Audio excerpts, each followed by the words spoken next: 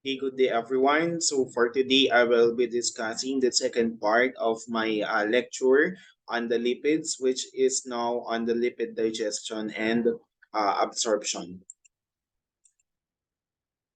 So for this one, eto na yung parang pinaka-summary or pinaka-context kung bakit I will be discussing this topic. So first one, for the lipid digestion, there is a purpose here. So this is to degrade the triglycerides, the cholesterol esters, that should be cholesterol esters, and then the phospholipids. So these are now the complex molecules or complex compounds of lipids that should be degraded before na ma-store sila into different tissues and organs of the body. Okay? Now, papaano to or how these compounds or how these molecules will be degraded. So this will be with the aid or with the help, of course, of the enzyme, which is the lipase. So always take note that for lipid digestion, iisa lang yung mismong enzyme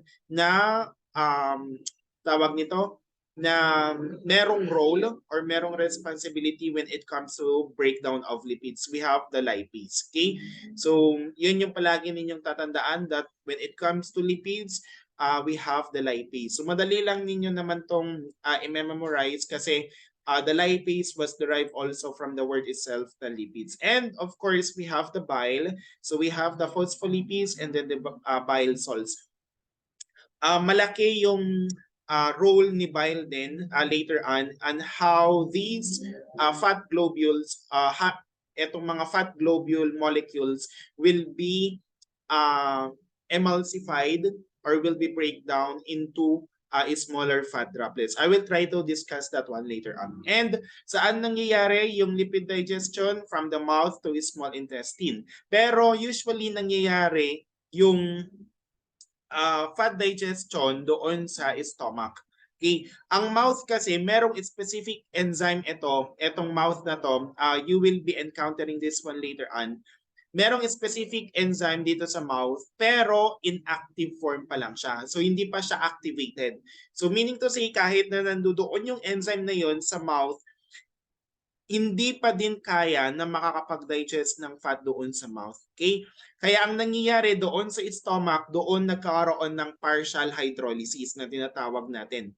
Meron lang konting-konting portion na merong digestion process doon sa stomach ng mga non-ruminant animals. Okay? This pertains sa mga monogastric itong mga discussion ko right now. Nasa monogastric tayo. Pero yung majority kasi ng lipid digestion, and then even if you try to recall doon sa other nutrients na na-discuss ko na, we have the carbohydrates and then the proteins. Majority of their digestion usually happen doon sa small intestine. Kaya usually dito talaga sa small intestine ang lipid digestion. Now, ano yung end product? Etong end product naman, ano yung magiging outcome or magiging output from the degradation of these molecules. So we have the glycerol and then we have the free fatty acids. So eto na yung mga active form or absorbable forms ng lipid digestion that could be stored later on sa mga different tissues and organs of the body of the animal. Now, we have here, I have already discussed this one kung ano yung hydrolysis. Of course, hydrolysis, this is the breakdown of lipids or yung mga dietary lipids natin with lipase. Ang dietary lipids natin kasi usually in other books or in other contexts, ang dietary lipids, we call them also as triglycerides. Okay? So ang nangyayari dito during hydrolysis, of course, there is a water here kasi syempre hydrolysis, i-cleave niya para mahiwalay, okay? Para magkahiwalay etong ester bond. Okay? Etong triglyceride, mahiwalay yung mismong water. Now, magiging glycerol siya and free fatty acids. Pero I will try to discuss later on pa yung mas comprehensive na discussion when it comes on how the triglyceride will become glycerol and free fatty acids. Okay. Now, we have the lipid digestion. So, pag sinabi natin na lipid digestion, this now involves yung breakdown ng lipid molecules into smaller ones that are eventually absorbed later on doon sa blood. So kung makikita ninyo dito, we have the fat globules, so malalaki ito na compounds or molecules, and then it will become smaller droplets. Okay, now, before that one, before na I will proceed dito sa digestion process, always take note na lipids are not soluble in water. Okay, they are not soluble in water. That is why we call them as hydrophobic. Okay? Kasi sila yung nagiging aqueous medium of the digestive tract.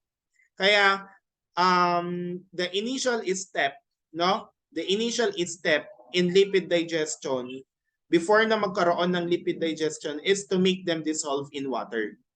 Okay? Yung breakdown kanina, yung hydrolysis, that is also yung to become or for them to be dissolved in water, pero hindi yun yung actual, hindi yun yung actual na process. Ang tawag sa actual na process na pagka-dissolve ng mga lipids na to into water, we call it as emulsification. Okay? We call them as emulsification or the dispersion of lipids doon sa small intestines. Now, beginning in the mouth, ito na yung sinasabi ko sa inyo kanina na merong specific enzyme sa mouth. We have the sublingual lipase. Okay? So, etong sublingual lipase, this is in the inactive form or inactive na enzyme ng mga lipids. Okay? So, walang digestion process dito sa mouth. Now, upon going yung feed material dito na sa stomach, meron tayong tinatawag or meron tayong production ng gastric lipase. So this is the lipase already that could be produced from the stomach. Kasi syempre gastric, so meaning to say, parang na-derive lang din sa mga gastric juices, gastric enzymes, mga ganon. So kaya pinangalanan siya ng gastric lipase. Ang nangyayari dito, na-activate etong dalawang to. Okay? Na-activate itong dalawang to, of course, with the acidity ng environment ng stomach. Kasi we all know naman that the stomach is acidic. Kaya dito sa stomach, as what I have mentioned kanina, there is around 30%. 30% lang yung hydrolysis. So meaning to say there is only a partial hydrolysis ng fats dito sa stomach. Kaya ang mangyayari dito, since 30% lang ang fat digestion dito sa stomach, mapupunta yung iba or magkakaroon ng fully digestion dito na sa small intestine. Okay? So, etong mga dietary lipids na to, mostly as what I've said kanina is yung mga triglycerides, upon their entry into the small intestine, they are emulsified by a bile salt. So saan nanggaling si bile salt? Of course, it is being produced by the gallbladder. Okay? So etong mga bile salts na to, they usually function as detergent. Okay? Nagiging detergent sila. So meaning to say, yung mga large lipid molecules, okay, itong mga fat globules na to, they will form a smaller na lipid droplets surrounded by a layer of a bile. So dito napapasok si emulsification. Na before na maging smaller lipid droplets or what we call as emulsified fat droplets, itong mga to, we have the process of emulsification na dinidisperse niya yung mga large lipid molecules, etong mga dalawang to, into smaller droplets. Okay? Now, etong emulsified lipids na to, okay, these will now be acted upon by the enzyme na si pancreatic lipase. So, syempre, si pancreatic lipase, this is being produced by the pancreas. Kasi we all know naman na ang pancreas, it is embedded doon sa mismong duodenum loop. Okay, or doon sa linings ng mga duodenal cells. Okay. So, eto yung nangyayari. So, si pancreatic lipase na yung nagko-convert ng emulsified fat droplets into these products. Okay, we have the glycerol and then the free fatty acids. Pero in other books, ini-include din nila na parang one product din is yung mga monoglycerides. Okay? So, tanggalin nyo lang si tri and then just replace it with mono. So, monoglycerides. So, meaning to say, for the lipid digestion process, mas madali lang to compared with other digestion process ng nutrients. Yung triglycerides na complex molecule, naging ganito na lang siya. Of course, with the aid of the gastric lipase, the bile salts, and then the pancreatic lipase. Okay.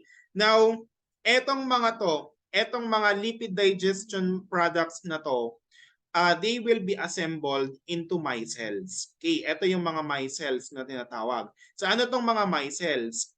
So ito yung mga, pag sinabi natin na micelles, these are now the temporary combinations ng mismong bile salt, ng mismong fatty acids, ng mismong monoglycerides, and yung mga other na fat-soluble substances such as yung vitamins na A, D, E, K, and then the cholesterol. Okay.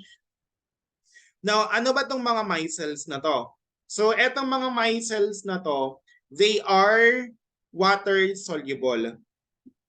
Since water soluble, so they now enable yung lipid digestion products to be transported to the small intestinal surface for absorption. So ito na yung tinatawag natin na enterocytes. Okay? Yung surface ng small intestine. So at the site of absorption now, at the site of the absorption, etong mga micelles na to will be broken down, and the bile salt will return now to the intestine for a continuing emulsification process.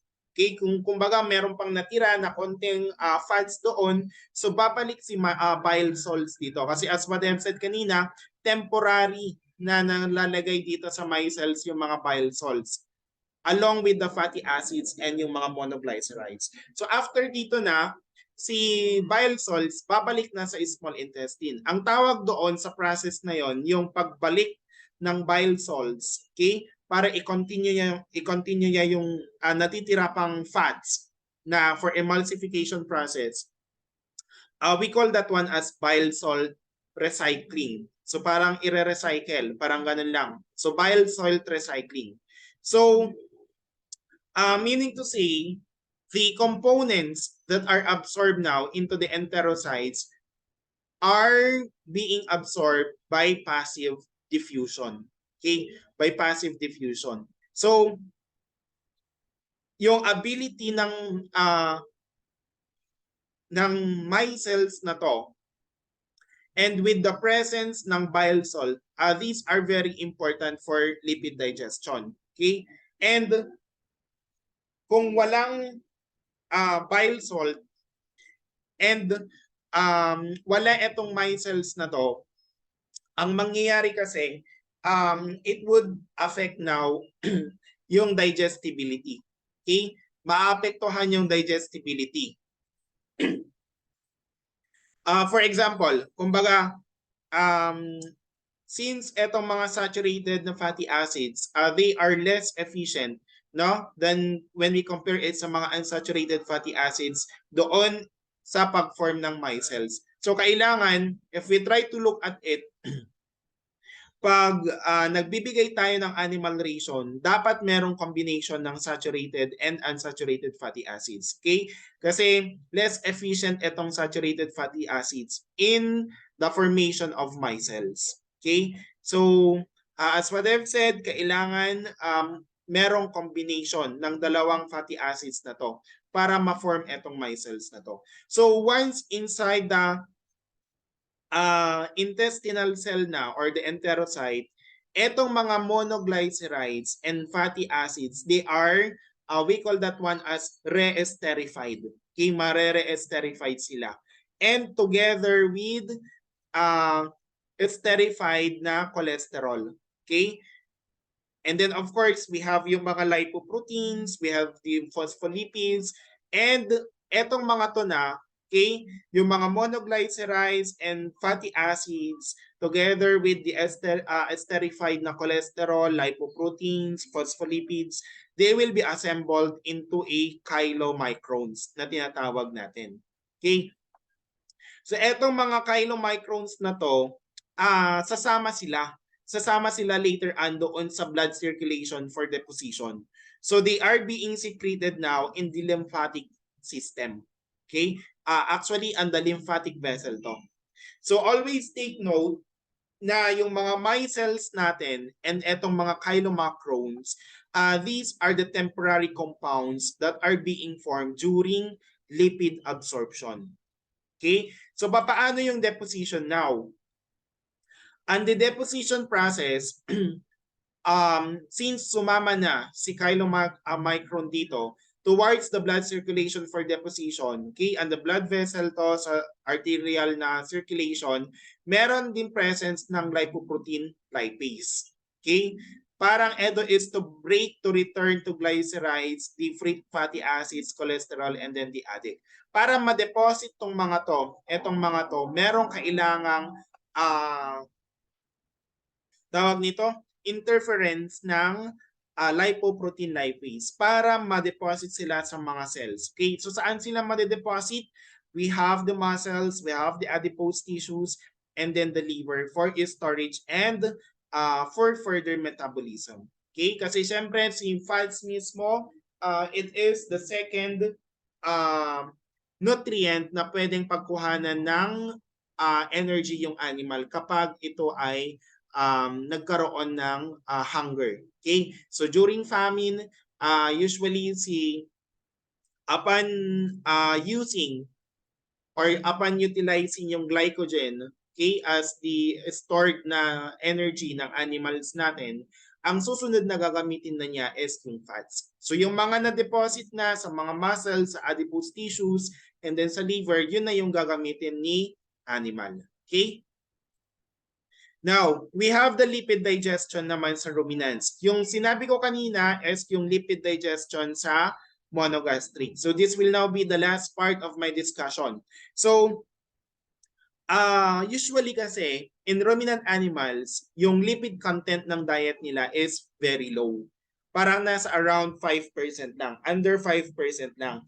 And usually, ang pinaka-common lang dyan is yung mga konting-konting portion na oil or fat content ng mga grasses, ng mga leaves, ng mga oil seeds, ng mga cereal grains, mga ganon. And etong mga to, etong mga grasses na to, etong mga leaves na to, they are mainly galactolipids. Okay? There are a lot of lipids na meron sa kanila. We have the galactolipids, okay? We have the phospholipids, we have the waxes, kasi syempre yung mga leaves meron din yung waxes, and that is also part of fats or lipids natin. We have pigments, we have the essential oils, and yung mga oil seeds natin or yung mga grain lipids. So sila yung mga main na triglycerides. Okay? Now, dito sa digestion ng ruminants, ganun lang din, nag-start ito sa rumen. Okay? Pero in the rumen itself, there is no emulsifying agent or yung pancreatic lipase na enzyme. Okay, always take note on that one. Walang pancreatic lipase na enzyme sa lipids.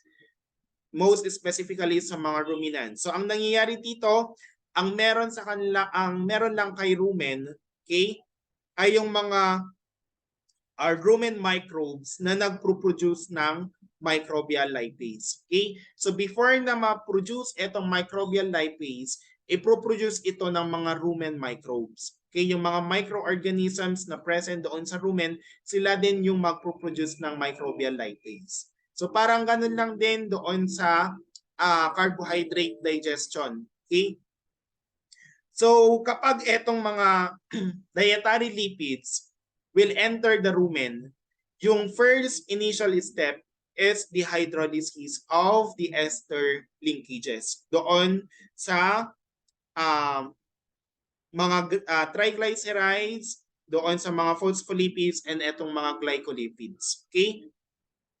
So etong hydrolysis o yung breakdown mismo ng dietary lipids, this is being done now by the microbial lipases. Okay? So after that one, ang mangyayari dito, after breaking down yung mga lipids, no, ng mga microbial lipase, ang magiging product niya is yung mga glycerol and mga fatty acids, yung mga free fatty acids natin.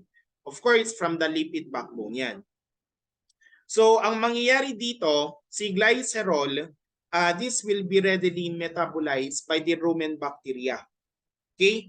Mamametabolize to, gagamitin to ng rumen bacteria para ma-form yung propionic acid.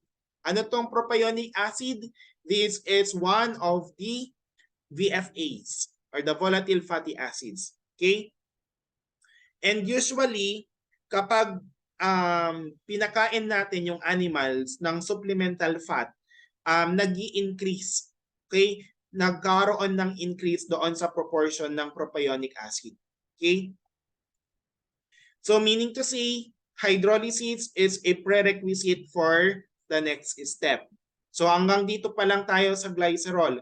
Now meron tayong tinatawag na biohydrogenation.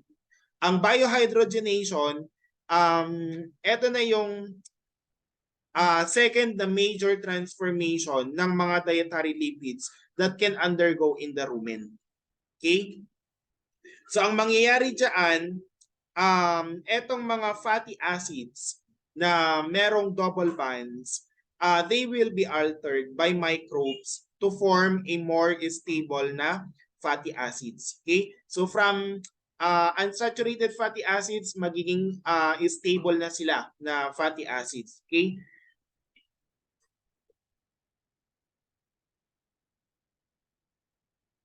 Now dito na, so tapos na tayo. So parang from UFA, unsaturated fatty acids, magiging saturated na fatty acids na sila. So usually kasi etong lipid digestion sa mga ruminants natin, most specifically sa small intestine, they are also similar. Very similar lang to sa monogastric na animals. Of course, parang sa monogastric lang din, ang dalawang key secretions na makapag-enable dito sa process na to sa small intestine, we have the bile and yung mga pancreatic juices. Okay? So, these secretions now will enable the lipids to form yung mga micelles also for absorption.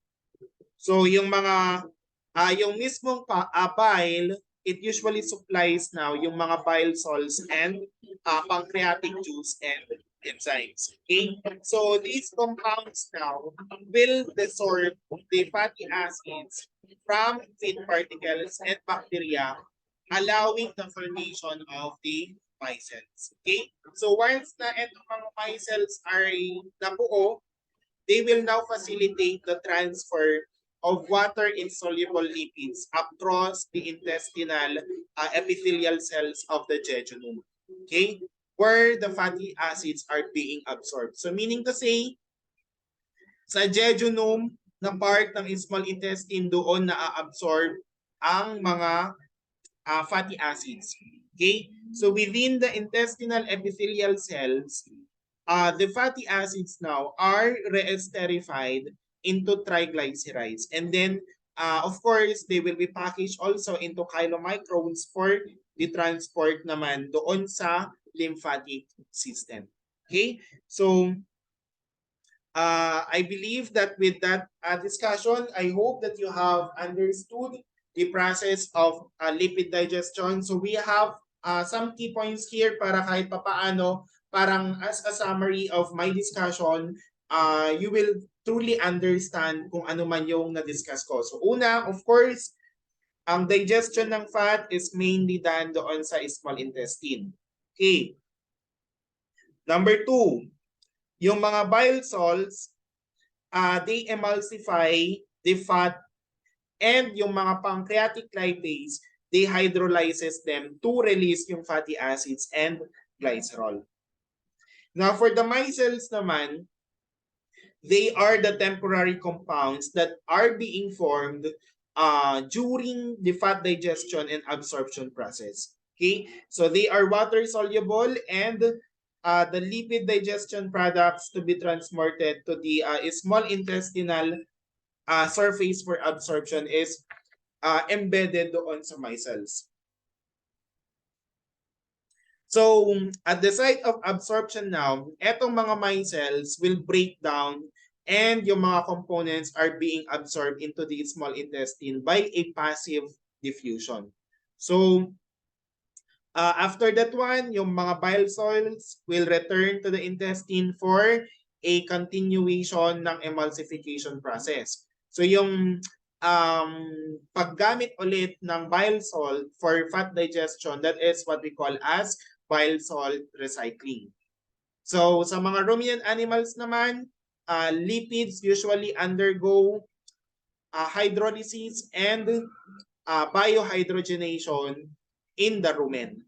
Okay? So, of course, etong mga processes na to, these are being done for the survival of microbes or yung mga rumen microbes because always take note of this. Ito yung hindi ko nasabi kanina na too much unsaturated fatty acids. Okay? Kaya kailangan na maging saturated fatty acids sila.